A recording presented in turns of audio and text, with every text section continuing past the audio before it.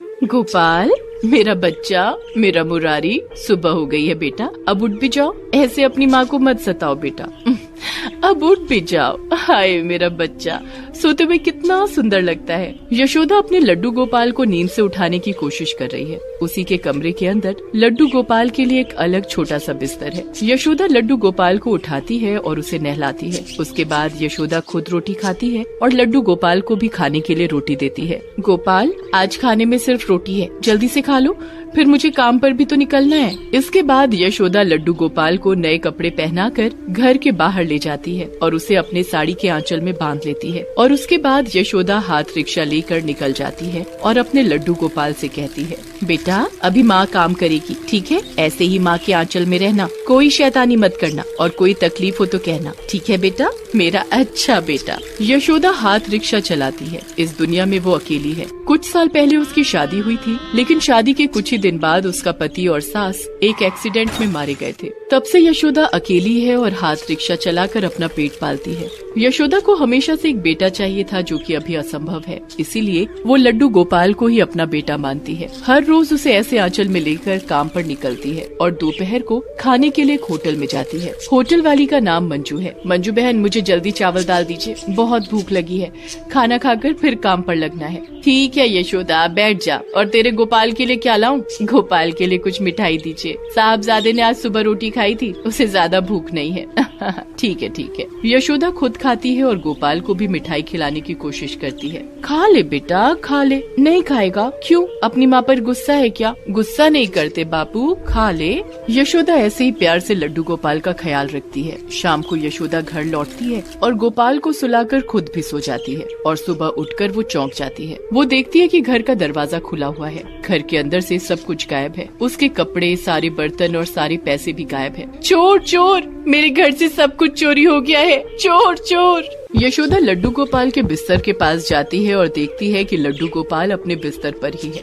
यशोदा लड्डू गोपाल को गोद में उठा लेती है। हाय मेरा बच्चा, शुक्र है मेरे बच्चे को कुछ नहीं हुआ। तभी वहाँ पर आसपास के लोग आ जाते हैं और घर की हालत देखकर सभी यशोदा को सांत्वना देते हैं। मगर यशोदा को उन सब बातों में कोई दिलचस्पी नहीं है। वो खुश है क्योंकि उसके गोपाल को कुछ नहीं हुआ। वो अपने लड्डू गोपाल को अपने सीने से लगा लेती है। आज यशोदा खाली पेट ही हाथ रिक्शा लेकर निकल जाती है। दोपहर को यशोदा खाने के लिए होटल जाती है, लेकिन आज उसके पास ज्यादा पैसे न होने के कारण वो बस लड्डू गोपाल के लिए मिठाई ऑर्डर करती है। ये सुनकर मंजू होटल वाली कहती है, क्या हुआ यशोदा, तू भूखी रहेगी?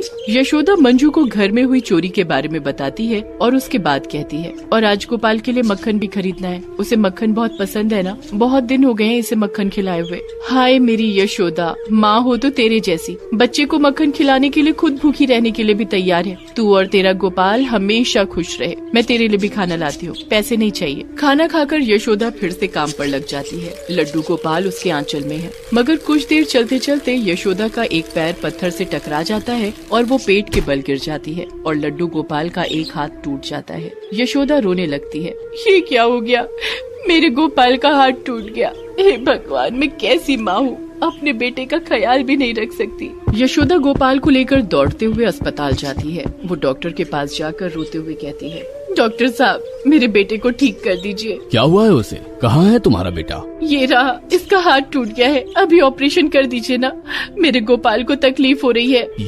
ये तो एक पुतला है, इसका ऑपरेशन कैसे हो सकता है? नहीं डॉक्टर साहब, ये कोई पुतला नहीं है, ये मेरा बेटा है, मेरा लड्डू गोपाल है, ठीक कर दीजिए ना डॉक्टर साहब, नहीं तो मैं यहाँ से कहीं नहीं जाऊंगी। ऐसा प्यार देखकर डॉक्टर साहब भी पिघल जाते हैं और गोपाल का टूटा हुआ हाथ प्लास्टर कर देते हैं। यशोदा बड़ी खुश होकर गोपाल को लेकर घर लौट जाती है। उस रात यशोदा जागी रहती है और गोपाल को कहानियाँ सुनाती है। इसके बाद 1 महीना बीत जाता है और यशोदा बीमार पड़ जाती है। वो हाथ रिक्शा लेकर निकल भी नहीं सकती है, इसीलिए इस 1 महीने में उसने जितना पैसा कमाया है वो सब ले जाकर डॉक्टर के पास जाने के लिए घर से बाहर निकलती है। और तभी उसके सामने एक 5 साल का लड़का आ जाता है। उसके साथ कुछ गाय भी है। वो लड़का कहता है, माँ जी कुछ पैसे देंगी, मैंने कल से कुछ भी नहीं खाया है और इन सबको भी कुछ नहीं खिलाया है। मैं इन सब से बहुत प्यार करता हूँ, इन लोगों को भूखा नहीं देख सकता। माँ जी कुछ पैसे दीजिए ना। उस लड़के के मुंह से मांग पुकार सुनकर यशोदा का मन मोम की तरह पिघल जाता है और यशोदा उस लड़के को सारे पैसे दे देती है। उसके बाद वो घर के अंदर चली जाती है और देखती है कि लड्डू गोपाल अपनी जगह से गायब है। यशोदा चौंक जाती है। गोपाल, मेरा बेटा कहाँ चला गया है? बेटा लौटा, अपनी माँ के पास लौटा। यशोदा रोने लगती है। माँ से गुस्सा होकर चला गया बेटा। मैं तेरा ख्याल नहीं रख सकती ना, मैं तुझे ठीक से खाना भी नहीं खिला सकती ना। क्या करूँ, गरीब जो हूँ, मैं बहुत बुरी हूँ। लौटा बेटा लौटा। विचलित ना हो यशोदा, मैं यही हूँ। ये आवाज सुनकर यशोदा चौंक जाती है। वो पीछे मुड़कर देखती है कि स्वयं श्री कृष्ण उसके सामने खड़े हैं। यशोदा हाथ जोड़कर अपने घुटनों के बल बैठ जाती है। श्री कृष्ण, आप भगवान, आप खुद आए हैं इस गरीब के घर पर। गरीब? कौन है गरीब? केवल धन से कोई अमीर या गरीब नहीं हो जाता यशोदा। तेरा दिल इतना बड़ा है कि उसमें पूरा संसार आ जाएगा, इसलिए तू अमीर है।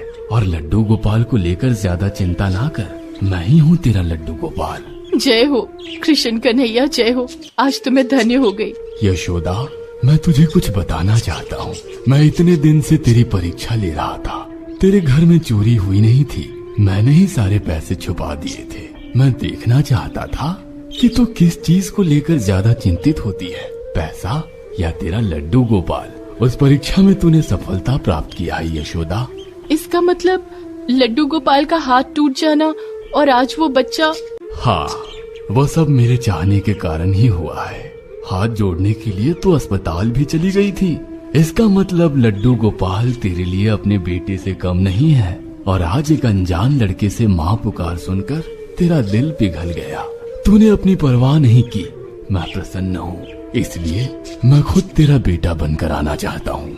ये बोलकर कृष्ण जी अदृश्य हो जाते हैं और यशोदा की गोद में एक नन्हा सा हंसता खेलता बच्चा प्रकट हो जाता है। उस बच्चे के सर पर एक मयूर पंख है। वो दिखने में बिल्कुल लड्डू गोपाल की तरह ही है। यशोदा का हर सपना पूरा हो जाता है। उसे एक बेटा मिल जाता है और उसकी गरीबी भी दूर हो जाती है। ऐसे ही लड्डू गोपाल यशोदा की गोद में एक इंसान के रूप में आ जाते हैं। श्री कृष्ण की लीला से यशोदा का जीवन बदल जाता है।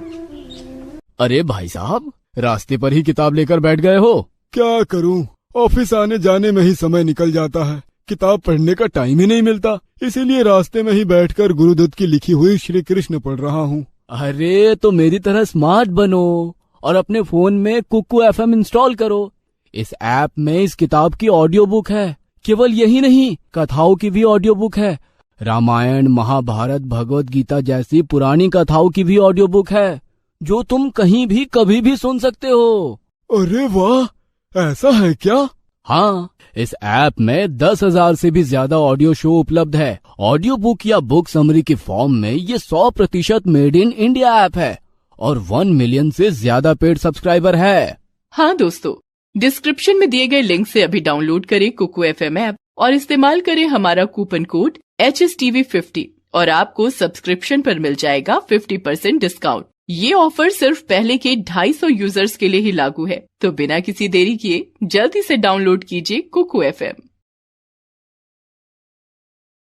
रमेश अंजलि को मारने के लिए एक डंडा उठाता है और तभी कान्हा उस डंडे को पकड़ लेता है। रमेश हिल भी नहीं पाता। कान्हा के शरीर में इतनी शक्ति आई कहाँ से? बिमला देखती है कि कान्हा के मुंह पर मक्खन लगा हुआ है। ये देखो, ये फिर से मक्खन चोरी करके खा रहा था। आज इसका भी काम तमाम करना पड़ेगा। मुंह खोल, खोल मुंह। कान्हा मुंह खोलता है और सभी देखते हैं कि कान्हा के मुंह के अंदर पूरा ब्रह्मांड है। सभी चौंक जाते हैं। इस कहानी की शुरुआत कुछ साल पहले होती है। अंजलि गाँव की एक भोली भाली लड़की है। उसके पिता एक खेत में मजदूरी करते हैं। बहुत कम पैसों में उन लोगों का घर चलता है, इसीलिए अंजलि ने हमेशा से ही दुख सहा है। उसे उम्मीद है कि एक दिन उसकी शादी होगी और उसके बाद उसे सुख का एहसास होगा। लेकिन अंजलि की शादी के रास्ते में एक बहुत बड़ी समस्या है। अंजलि काली है, इसीलिए कोई भी लड़का उसे पसंद नहीं करता है। उसके पिता भी इस बात को लेकर चिंतित हैं। एक दिन अचानक से अंजलि के पिता की तबीयत खराब हो जाती है और वो गुजर जाते हैं। तब गांव के लोग अंजलि से शादी कर लेने के लिए कहते हैं। अरे अंजलि, अब तू शादी कर ले, इस घर को बेच दे, दहेज के पैसों का जुगाड़ हो जाएगा। नहीं तो बिना दहेज के तुझ जैसी काली लड़की के साथ कौन शादी करेगा? खुद के बारे में हमेशा ये सब सुनकर अंजलि को बुरा बुरा तो लगता है, लेकिन वो कुछ कर नहीं सकती। भगवान ने जिसको जैसा बनाया है उसे तो वो स्वीकार करना ही पड़ेगा। अंजलि भगवान श्री कृष्ण की बहुत बड़ी भक्त है। उसके पास भगवान कृष्ण की एक छोटी सी मूर्ति है। अंजलि रोज उसकी पूजा करती है। वो उस मूर्ति को कान्हा कहकर पुकारती है, जैसे कि वही उसका बेटा हो। अंजलि उस मूर्ति को नहलाती है, नए कपड़े अपने हाथों से तैयार करती है और उसे पहनाती है। ऐसे ही उसके दिन बीतते हैं। मगर अभी इस गांव में उसका और कोई नहीं है, इसीलिए अंजलि उस आदमी से कहती है, ठीक है काका, आप लोग लड़का ढूंढिए, मैं ये घर बेचने के लिए तैयार हूँ। गांव वाले अंजलि के लिए लड़का ढूंढना शुरू करते हैं और उन लोगों को एक लड़का मिल जाता है। वो दहेज के बदले एक काली लड़की से शादी करने के लिए तैयार है। उस लड़के का नाम रमेश है और उसकी माँ का नाम है बिमला। बिमला और रमेश अच्छे इंसान नहीं हैं। वो दोनों अभी कर्जे में डूबे हुए हैं, इसीलिए उनको अभी बहुत सारे पैसों की जरूरत है।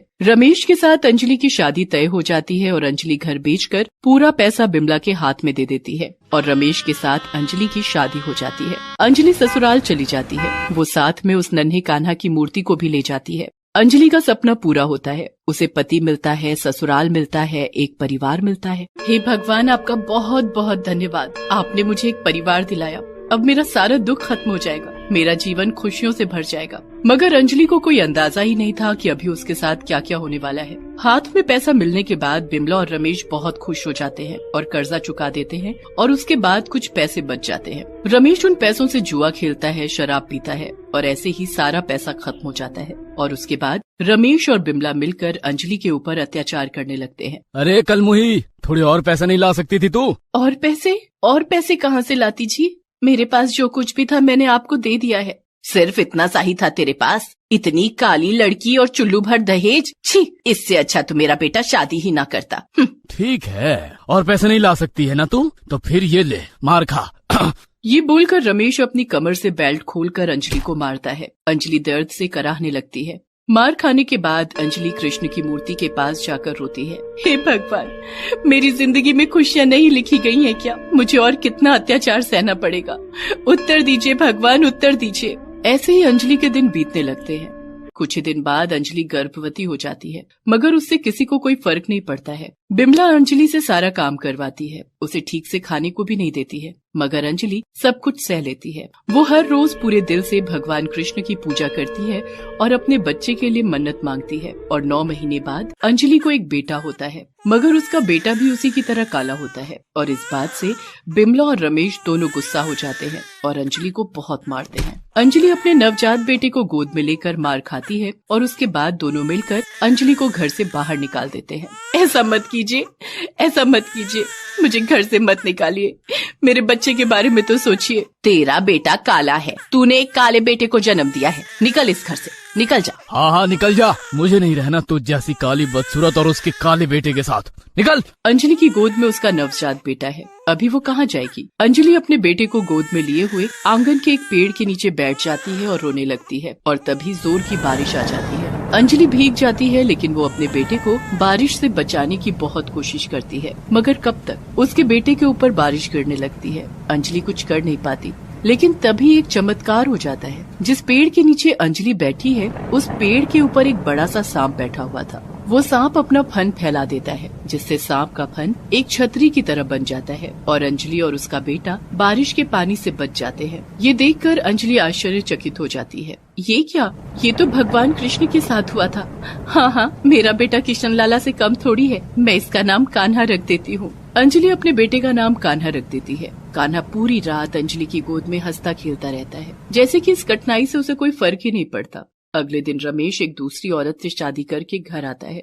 इस औरत का नाम कामिनी है। कामिनी आते ही कहती है, अरे इस अंजलि को घर के अंदर ले आओ रमेश। अरे लेकिन उसे तो हमने निकाल दिया है, अब तो तुम मेरी पत्नी हो। तो क्या हुआ? इसे घर के अंदर ले आओ, इसे नौकरानी बनाकर रखेंगे। घर का काम मैं नहीं कर सकती। रमेश अंजलि को घर के अंदर लाता है और कामिनी अंजलि से काम करवाने लगती है। अंजलि मन लगाकर काम करती है, क्योंकि उसके पास अभी जाने के लिए कोई जगह नहीं है और उसे अपने बेटे की भी देखभाल करनी है। मगर कामिनी बात बात पर अंजलि के ऊपर हाथ उठाने लगती है। अंजलि सब कुछ सहने लगती है, क्योंकि उसे विश्वास है कि भगवान श्री कृष्ण एक दिन सब कुछ ठीक कर देंगे। दिन बीतने लगता है और कान्हा बड़ा होने लगता है और वो बदमाशी शुरू कर देता है। उसे मक्खन खाना बड़ा पसंद है, लेकिन मक्खन महंगी चीज है, इसीलिए बिमला हमेशा मक्खन छुपा कर रखती है। लेकिन कान्हा कैसे भी मक्खन ढूंढ लेता है। वो हर रोज रसोई से मक्खन चुरा कर खाने लगता है। बिमला इस बात से परेशान हो जाती है और उसे मारने लगती है, लेकिन मार खाने के बाद भी वो हंसता है। ए अंजलि, ये कैसा बेटा है रे तेरा, ये इंसान भी है या नहीं।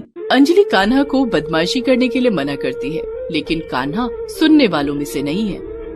कुछ दिन बाद से एक अजीब सी चीज होनी शुरू हो जाती है। हर सुबह गांव की सारी गाय घर के बाहर आने लगती हैं। कान्हा उनके साथ समय बिताने लगता है, उन लोगों के सर पर हाथ फेरने लगता है। सारी की सारी गाय हमेशा कान्हा के साथ रहने लगती है। एक दिन अंजलि कान्हा को लेकर एक मेले में जाती है और वहाँ कान्हा एक बांसुरी खरीदने की जिद पकड़ता है। अंजलि उसे बांसुरी खरीद कर दे देती है और अगले दिन सुबह बांसुरी की मीठी आवाज से सभी की नींद टूटती है। अंजलि देखती है कि कान्हा आंगन में बैठकर बांसुरी बजा रहा है और सारी गाय बैठकर मधुर संगीत का आनंद ले रही है। अंजलि को बहुत आश्चर्य होता है, कान्हा इतनी अच्छी बांसुरी कैसे बजा लेता है, वो तो अभी छोटा बच्चा है। लेकिन इस बात से बिमला और कामिनी परेशान हो जाते हैं। सुबह सुबह नींद खराब करके रखी है इस लड़के ने, रुक अभी तुझे मजा चखाती हूँ। ये बोलकर कामिनी कान्हा को बांध देती है, लेकिन कुछ ही देर बाद उसे फिर से बांसुरी की आवाज सुनाई देती है। कान्हा ने अपने आप को उस बंधन से छुड़ा लिया है, मगर कैसे? ऐसे ही दिन बीतने लगते हैं। कान्हा हर रोज मक्खन चोरी करके खाता है, हर रोज कुछ न कुछ बदमाशी करता रहता है और अंजलि काम करती रहती है।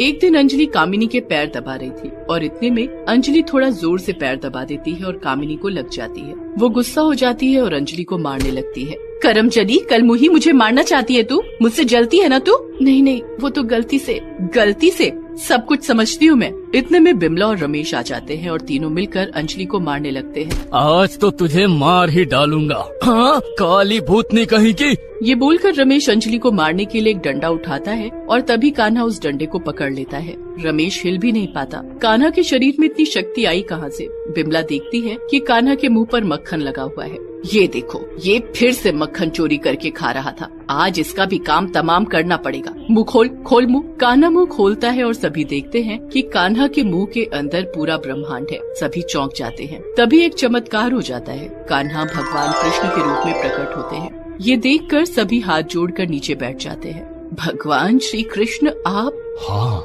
मैंने अंजलि के बेटे के रूप में फिर से जन्म लिया है। अंजलि मेरी परम भक्त है, उसे तुम लोगों के अत्याचार से बचाने के लिए ही मैं आया हूँ। हमसे गलती हो गई, माफ कर दीजिए भगवान। मुझे भी माफ कर दीजिए भगवान, माफ कर दीजिए। पता नहीं कौन से पुण्य करने के बाद कोई बेटे के रूप में आपको पा सकता है। अंजलि, माफ कर दो मुझे भगवान, आज तो मैं धन्य हो गई। हम सभी का पाप का घड़ा भर चुका है, हमें थोड़ा पुण्य करने का मौका दीजिए भगवान। तुम लोगों को अपनी गलतियों का एहसास हो गया है, यही तो चाहता था मैं। आखिर कृष्ण तो एक एहसास ही है, प्यार और भक्ति का एहसास। तुम सभी एक साथ मिलकर रहो, मैं यही चाहता हूँ। अगर सब लोग एक साथ खुशी से रहने लगोगे तो इस संसार में सुख और समृद्धि की कभी कमी नहीं होगी। यही कहने आया था मैं, इसी का एहसास दिलाने आया था मैं। जीते रहो, तथास्तु। भगवान श्री कृष्ण अदृश्य हो जाते हैं। इसके बाद बिमला, रमेश और कामिनी बदल जाते हैं। सब लोग अंजलि से बहुत प्यार करने लगते हैं और सभी मिलजुल कर काम करने लगते हैं। अंजलि का सपना भी पूरा हो जाता है, उसके जीवन में सुख की बरसात होने लगती है। और ऐसे ही भगवान श्री कृष्ण धरती पर आकर सभी बुरी चीजों को अच्छाई की रोशनी से शुद्ध कर देते हैं। इसीलिए हम लोग श्री कृष्ण से इतना प्यार करते हैं। दोस्तों, आप सभी को जन्माष्टमी की हार्दिक शुभकामनाएं। आप लोग इस जन्माष्टमी को प्यार और श्रद्धा से मनाइए। शुभ जन्माष्टमी। दोस्तों, आप हमारे चैनल को जरूर सब्सक्राइब करें